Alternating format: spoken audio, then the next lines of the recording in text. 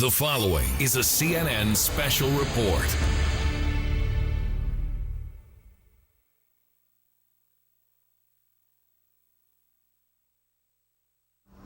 I'm Jada Pinkett Smith, and for the next hour, we're going to investigate something deeply disturbing and uncomfortable. We're going to take a hard look at the lives of girls and women trapped in the sex trade and explore the roots that lured them into the life they could have never imagined.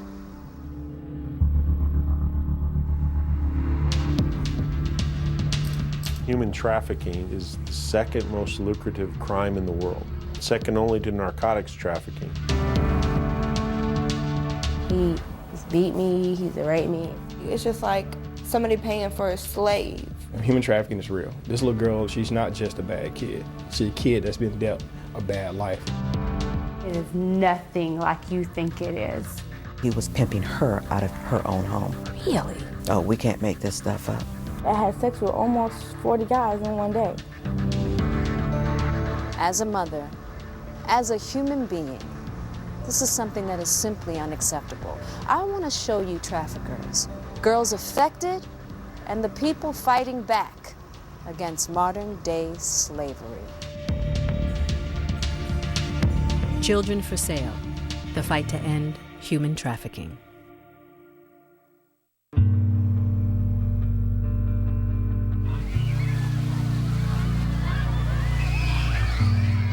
Atlanta, Georgia. It's the heartbeat of the South. I was born and raised in Atlanta, been in Atlanta pretty much all my life.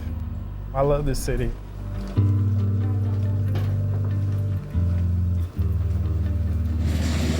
It's just a local agency. Sergeant Tori Kennedy runs the Internet Crimes Against Children Division. Hey, Sergeant. It's late spring. The search begins with ads like these. They use words like fresh, petite, and open 24 hours. Yeah, I've got the ads in there. Kennedy's team identifies the ads that look suspicious. I mean, she looks really young on here, really young on there. She looks really young. Exactly. The Vice Squad sets up the sting. Undercover agents arrange, quote, dates with the girls. Once money is exchanged, 1008, I got a green light. Green light, room 214. Kennedy's team moves in. We usually roll in and go directly to the room, assess the situation, interview the victim or the child or whoever it may be. There's a female with some gray, like stretchy spandex pants and a black shirt. 9mm. Showing right now, per the hit is showing that it's stolen. Kennedy's first priority, assessing the age of the victim. We're out here to save kids. That's our number one goal. As officers take these women back to the headquarters, Sergeant Kennedy gets a call from a second undercover team. Come on, Rain, cooperate. We followed Sergeant Kennedy and his team on raids for a year.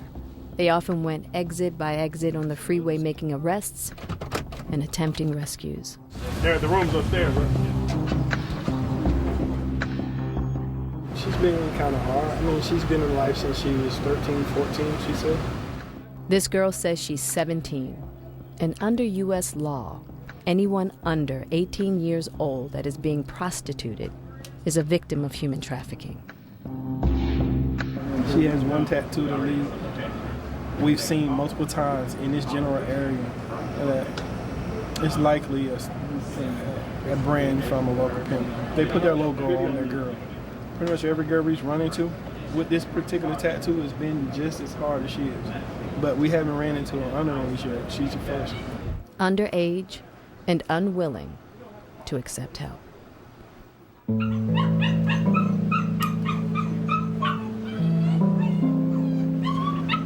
We want to treat her as a victim real bad. That's not what she wants. For Sergeant Kennedy, a father of 3, it's heartbreaking. We can grant leniency on her if she's willing to accept going into a safe house. But she simply refuses it, outright refuses to do it. She's not ready to leave the only life she knows. Oh, okay. Situations like this make me push closer to my daughter because you could tell this young lady haven't had a real male figure in her life. When my daughter was 11, she came to me and she said, "Mommy, did you know that there were girls that were being sold for sex that are my age in this country?" I was like, I think there's a mistake. That doesn't happen here. After that, it was just, I remember I was stuck to the computer for days, story after story after story, and I couldn't believe that I didn't know. Dahlia Racine knows. She's DeKalb County's assistant district attorney and often works with Sergeant Kennedy. Would you say that there's a difference between prostitution and trafficking? Trafficking is the manufacturing of children for the sex trade. They're just getting sold and passed on from one exploiter to the other. And a lot of times it's because they don't know another life after this. Those exploiters can come from anywhere. Is there such thing as trafficking occurring in airports? It is the world's busiest airport, which kind of lends to us then being one of the hubs, is because that man could get on that computer anonymously, say, "I'm coming in to go have sex with this child." He'll fly in on a 3 o'clock flight, meet the child at 6 o'clock, and be gone on the 8 o'clock. How are we to ever find them? How are we to ever know who they are?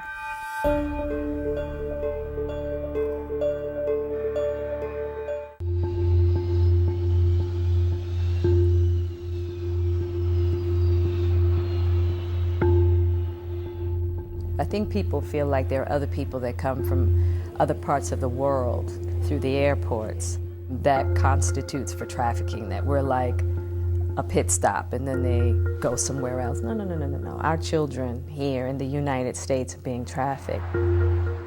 Where does it start? How does it happen? Not how you think. It all begins in the house. It really does. Anique Whitmore is a forensic psychologist focused on understanding the minds of human traffickers and their victims. They're running away from a home that they're not valued. They're experiencing some sort of trauma in that home that they are not content with. They want to escape. And so they show them a good life, maybe for 2 days, and then they're in. Thirsty? Is that why you're doing that? You thirsty? Sasha Ray was born and raised in Florida. By the time she was 14, she was constantly being teased at school. What I got picked on a lot about was being black. Like really, really dark skin, I guess. She felt alone, at home and at school. Sasha Ray says that's why, when an older classmate offered friendship, she jumped at it. I thought she was like my best friend because I could like tell her anything. And one day she asked if, I want to skip school, we're going to have fun, So we went to this barber shop. When I was there, she introduced me to these guys. Sasha Ray's new friend had just led her to the man who would eventually become her trafficker. They talked about how we was going to make money, how it was going to be easy, we didn't have to depend on nobody. And it was all sounding good and stuff, so I fell for it. Was there any kind of grooming process, like when this first started? Or it's just something that just happened and he was just expecting you to learn on the way? He slowly brought it on when we got closer, when he felt like he got closer to me. He usually did it out of the back of the barber shop. And he even had people that worked with the post office, mailman come in. Mailman came in and paid their money to him, came back there to me. This pimp was working out of a barbershop. Exactly. Where many folks go in all day long slapping hands and getting haircuts. So we have 3 A's and 1 B. Lisa Williams has heard stories like this before, far too many times. She founded Living Water for Girls, a safe house and rehabilitation facility for victims of human trafficking. From your perspective, can you tell us what trafficking is looking like in Atlanta? There's no one profile. It's whatever that buyer wants, that pimp, that trafficker will go out and get. Generally, you want to say that it's a young girl or a young woman on the streets in high heels, skimpy clothes. You know, she could be wearing dungarees or blue jeans and a T-shirt with a backpack on her, because that's the fantasy of that man who wants to buy her that day. So she looked like, say, like a typical schoolgirl. Williams says most of the girls in her program come from troubled homes where they felt ignored. A vulnerability traffickers are quick to exploit. This is their job. They will sit down and let your daughter or son talk to them for 3 to 4 hours straight without interrupting them. I don't know a mother today or a father today or a grandma that has 3 hours just to sit there and not say a word and let their children talk to them just like they want to. That trafficker, that pimp, all day. All day. They're going to learn every piece of information about your child because that's how they keep them. It was more of a conversation. But I tell him how me and my sister get in an argument, he'd be like, you can't be getting an argument with your sister like that. And he was more like a dad, but then again, we had sex, so it wasn't. So it was just the communication and how he talked to me.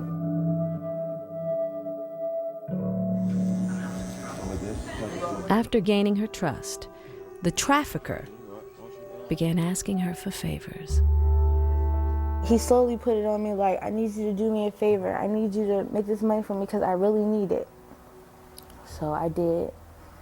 And then he was like, I love you for that. I love you so much. Da, da, da.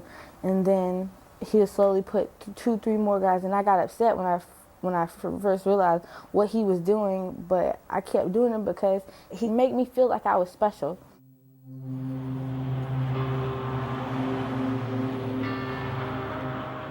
Night after night, dozens of men, one right after the other.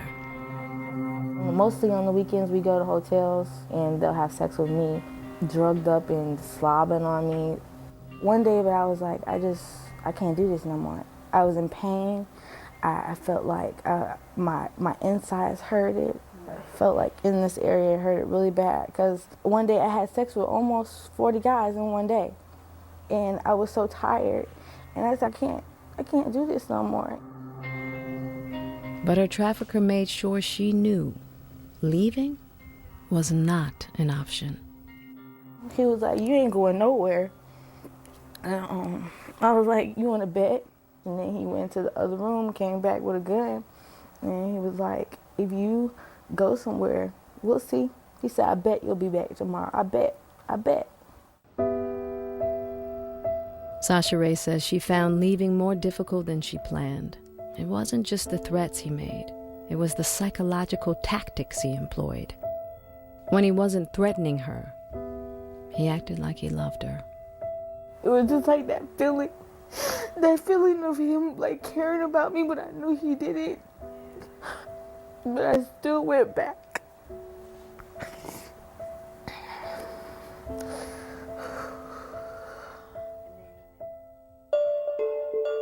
When we come back, what starts as dancing for dollar bills I wanted to be that independent chick. turns into My boss comes running up and he's, telling me, you've got John 1, John 2, John 3.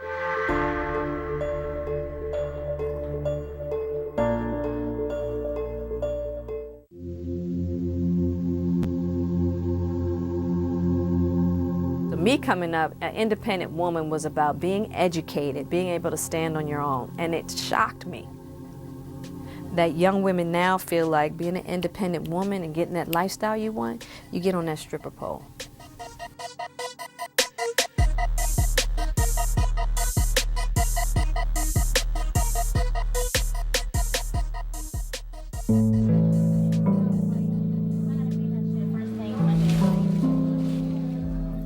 There are more than 4,000 clubs like this in America.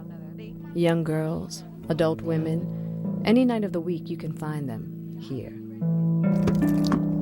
Just ask Casey McClure. Hey, ladies! She was one of them. We're with an organization that works with women that are in the life, and I came from the life, and our team, we're here together just to kind of just offer our gift bags to you. Okay. Just want it, it's free, doesn't cost anything, and we just wanted to make sure you get one so you can choose, which I'm not sure what color you like, but you're able to choose. Yes. You know, we're here if you ever need someone to talk to. McClure's intervention program is called For Sarah, named after her daughter, whose birth motivated her to leave the adult entertainment industry. We're raising awareness about sex trafficking with girls and just letting them know that there's help out there. The owners of this club want no part of the trafficking business. Unfortunately, Rachel McCool didn't work in a club like that. I don't remember a time in my life where I didn't know what sex was. Rachel's journey into the life started very early. I do think that it does go back to being abused at a young age. And at the age of 7, I was actually introduced to pornography. Like thousands of children each year, Rachel was sexually abused and didn't get the help she needed. I'm from a very small town in Georgia. As just the years passed, I continued a destructive lifestyle that everybody just ignored. She's just rebellious, you know, she just has problems. Her destructive lifestyle soon landed her in a strip club. For me, it took about a year, and then I started being exploited by the club management. I was told, you can make more money this way. This way meant giving the men much more than a lap dance. The club that I worked at, I would tell anybody it's the modern day brothel. You come in and they would say, oh, I want a African American girl, I want a small girl, I want a girl who looks underage. Yeah, and they just come in and order what they want. What was the moment that you said, I'm done? I got to work and there was, I think, 3 men waiting on me. And my boss comes running up and he's, you know, telling me, you've got John 1, John 2, John 3, they're there. Rachel says that night was one of the worst, and the next morning was no better. I was like Walking Dead. I was gray. Right. I was used up. I was going to end my life that day. In her darkest moment, back at the strip club, volunteers from For Sarah walked in. One of them reached out to Rachel. She came over and she's like, hey girl, what's wrong? Because I was teared up. All she did was listen to me. I just felt drawn to her, and then before she left, she prayed for me. That night, Rachel left the life. Eventually, she enrolled in a center for trafficking victims called Wellspring Living. Looking back, she says she was lured into stripping, in part by how glamorous it seems in music and videos. I wanted to be that independent chick. Right. Like, I wanted to be that. Right. And I wanted to have a Louis, and I wanted to drive a Cadillac, and I wanted to have nice things. We can both agree that with what we see in the music videos and all the glorification of the independent chick and the stripper and all of that, what you're saying is that what they forget to tell you is the ugly side of it. Yes. Yes. Right. When they take the cameras off, how about filming them the next morning? Right. How about filming them then? Next. Something went wrong. This woman was a human trafficker. Well, she was duct taped and took to Alabama.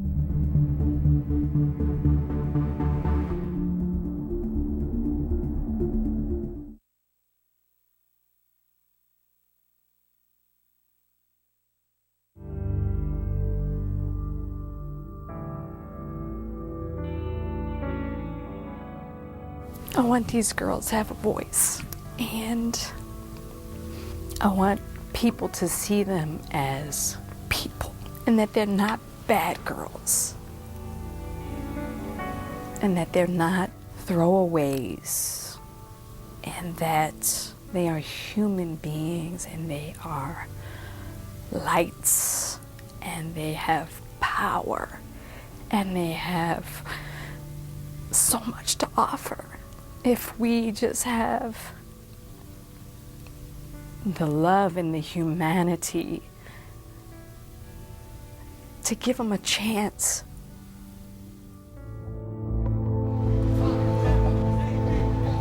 The unwritten rules of the streets can be as bewildering as they are brutal. This undercover footage shows a young woman arguing with a suspected exploiter. Who's the hoe? Hey, not over here, not over here. Hey, don't do that, fool. Not over here. Other men sense her weakness and surround her. According to Rebecca, a trafficking survivor, a girl can be taken as property simply by making eye contact with one of these men. If you look at him, you can be taken from who you're with, and he can't do anything about it because you looked at another person.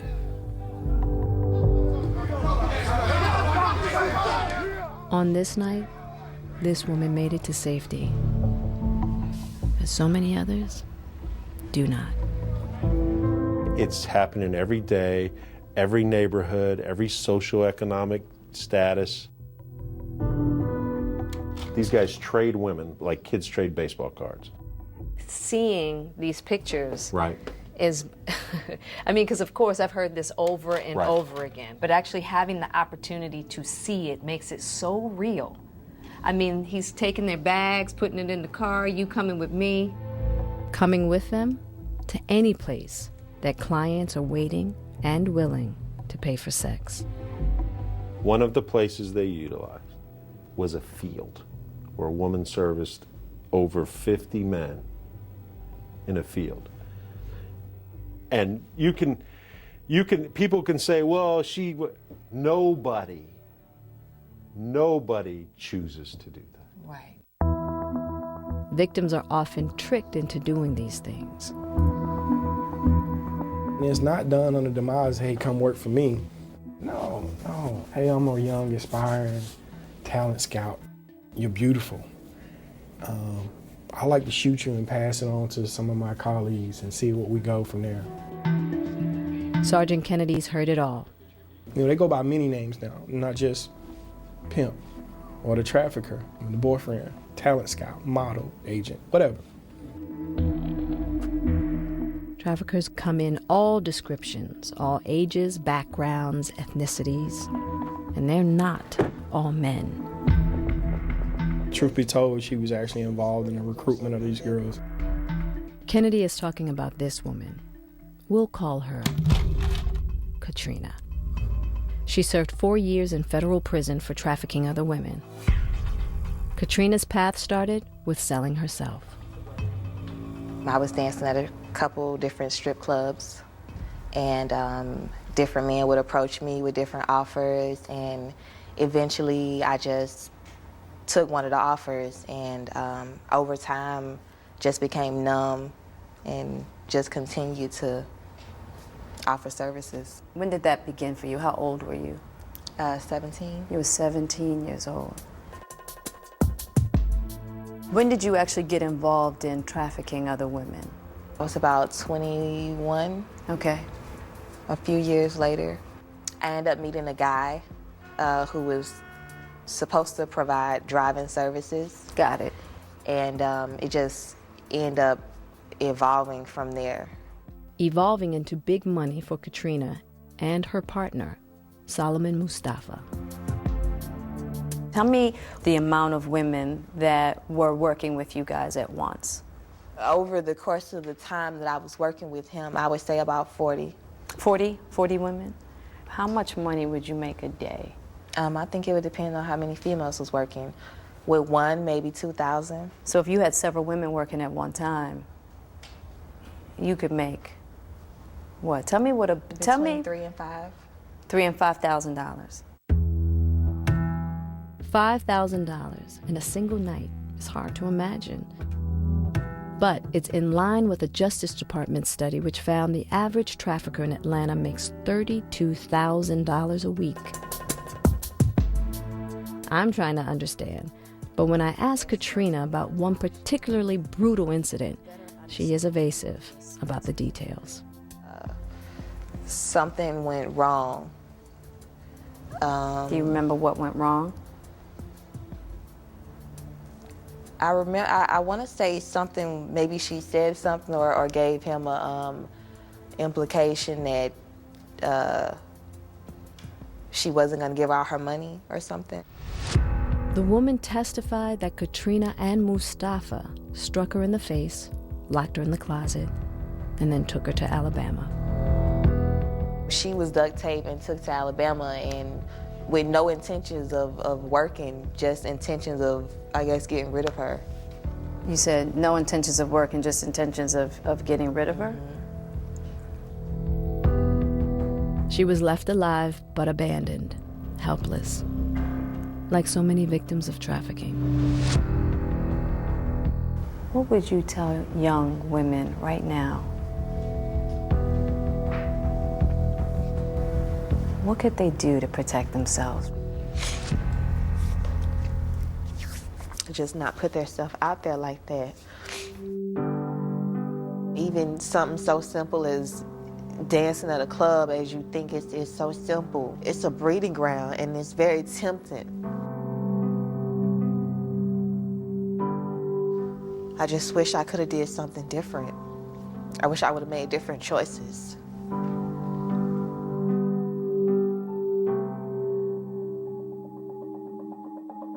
Coming up, falling prey to false love. It was just a feeling that I don't get from nobody. Then being saved by the real thing. Okay, I gotta hug you. Don't worry, I'm not gonna cry. I'm not gonna cry.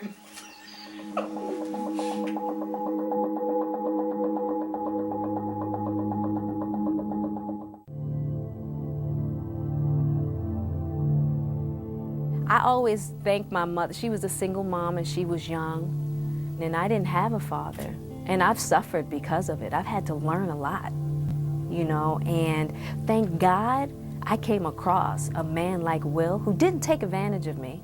Because let me tell you something, when I look at these girls, I look at myself. I see myself. And that's, when I hear their stories, it affects me so much because I go, man, that could have been me. Man, that was me at one time. I know what that is. Sasha Ray's biological father abandoned her when she was young. I didn't meet my dad until I was about 14. I begged my mom if I could meet him, and she told me, before you meet him, you want to meet him so bad. I'm just letting you know, you might just be setting yourself up for a heartbreak. And that's exactly what I did. I set myself up for a heartbreak. Psychologist Anique Whitmore says heartbreak at home can provide the perfect setup for a trafficker looking to exploit a child. You become vulnerable because you're looking for attention. You're looking to feel fulfilled. And oftentimes, girls with low self-esteem use their body to attract that. Broken and hurting, they are easy prey. They run.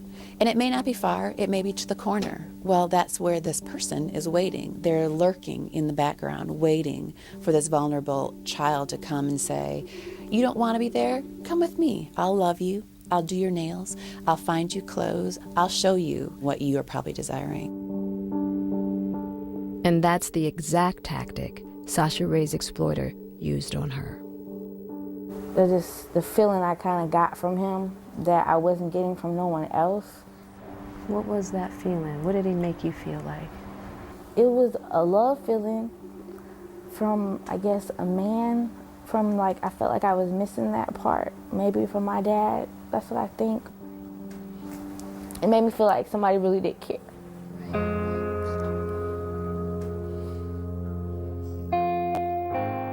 Lisa Williams knows what that feels like. Now she runs a safe house for trafficking victims, but as a girl, her parents paid her little attention. I was invisible. You were invisible. When I was talking to a lot of the young ladies yesterday, I got that same idea that there was this feeling of being invisible in their own homes. How much would you say that plays a part in this epidemic that we're dealing with right now? If I had to put a figure on, I'd say about good 85% of them. As a parent, I have to wonder, what can we do to keep our children safe? What can we tell them? How to protect themselves from, these men and these women who are so keen at finding their vulnerabilities. It is all about elevating that individual to begin their life on a path that they can do and be whatever they want to be. Let them understand and develop who they are as a person, because if you have that as your base, then you won't be able to be pushed over. You won't be able to be lured in. Rachel broke free from the life, is on a new path and found herself. She's now 28 with a beautiful son and a healthy outlook on the world around her. Okay, Zeke. I have a whole new appreciation for the color of the sky. Because when you're an addict and when you're in bondage, you see everything as black and white, as gray. I didn't see the beauty of this world, this world we're living in. Yeah, there's a lot of hurt, and I understand that too, but there's a lot of beauty, and there's a lot of freedom. I don't believe you actually kept the box. Get out of Dodge.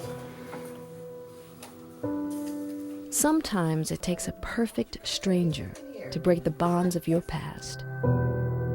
This whole thing was actually my birthday gift.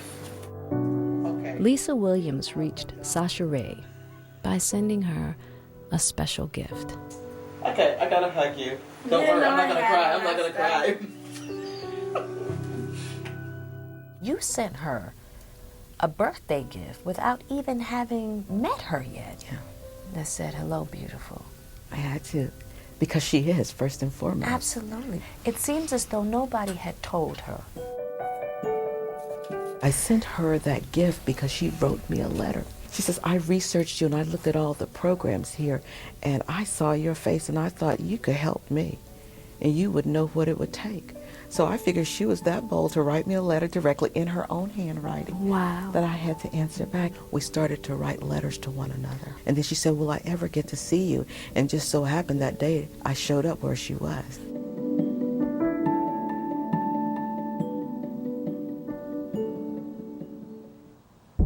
Coming up, finding a missing girl.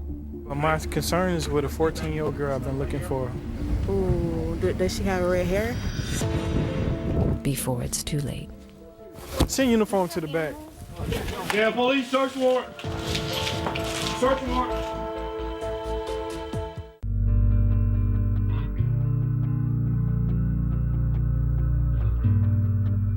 We are becoming more aware of this epidemic and becoming more aware of what is needed to uproot it.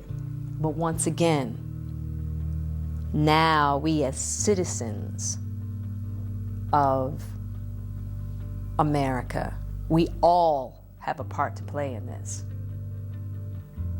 And we all have to take responsibility. And it starts in our homes and it starts in our communities.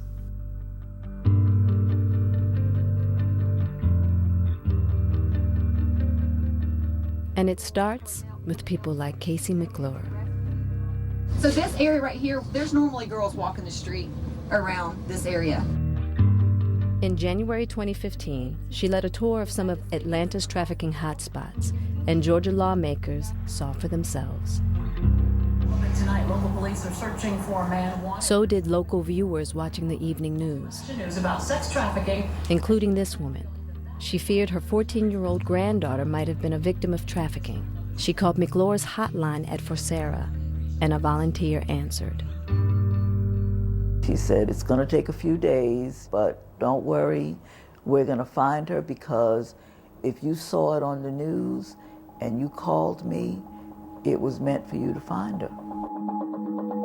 With a little research, they found her granddaughter for sale on the internet.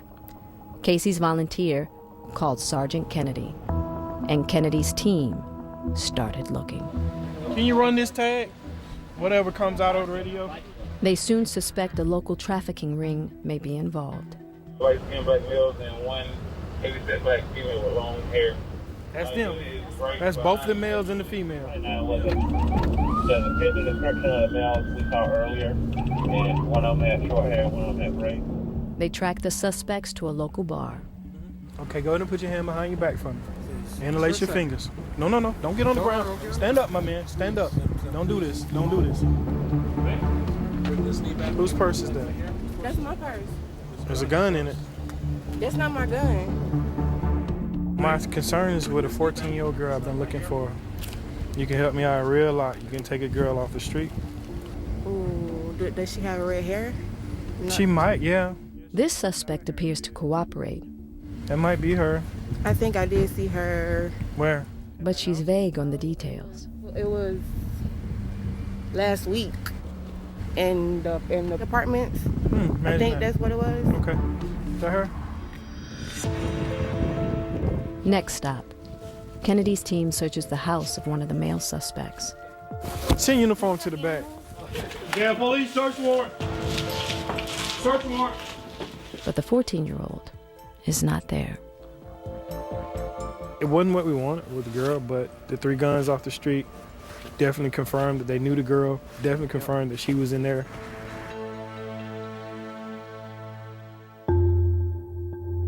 Kennedy, working with a team of law enforcement agencies, continues to search for days. Until this car is stopped near the airport. We have the suspect from the other night. We got warrants on him, so he's en route to the jail. Inside the car, the 14-year-old girl they were looking for. And with her, a 15-year-old who told Kennedy she was on the way to meet her first John. In this particular situation, actually having 2 girls, it's pretty good. You get to get 2 off the street. It's actually a welcoming feeling when you get the parents or the guardians involved, and that's the one thing you look for, to bring the child home and get the parents, to say thanks. I started crying. I just couldn't believe it. When you hear something like that after your granddaughter was missing for over a month, it was just so exciting. 2 girls saved when a community came together. Law enforcement, advocates, and eventually, caregivers, like Lisa Williams. We tell them how beautiful they are from the inside out, and we make them believe it. And if they can't believe it, Jada, we believe it for them until they're able to latch on to it. I got that. Since graduating from Living Water for Girls, Sasha Ray's life hasn't been perfect. There you go. But she's working hard on her future. She now has a job and... You graduated from high school? I got my GED. Nice. How'd you feel about accomplishing that? The first person I called was Miss Lisa. I was like, oh my gosh, guess what? I graduated. And she was like, yes.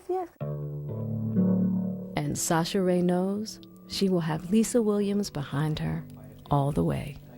You said when you met Miss Lisa, you felt a love that felt better than that you felt from your exploiter. What makes Miss Lisa's love better? Just her, when you walk into a room, you'll just feel, you could be mad, just mad to the world.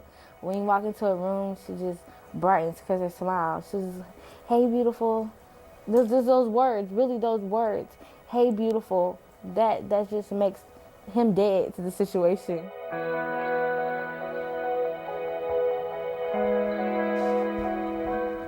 And just as those first words she wrote down in a letter brought Miss Lisa into her life, I have something for you. Sasha Ray now has another message she'd like to deliver. Dear Miss Lisa, since you've been in my life, things haven't been the same. Yes, I'm not going to lie. I still struggle, but I can say I'm stronger, I'm wiser, And I can honestly say I do love myself. And I have hope for myself. Love and hope. Two things everyone needs, wants, and deserves. I love you too. That was a good hug. I haven't had a hug in forever. Oh. I really needed this hug.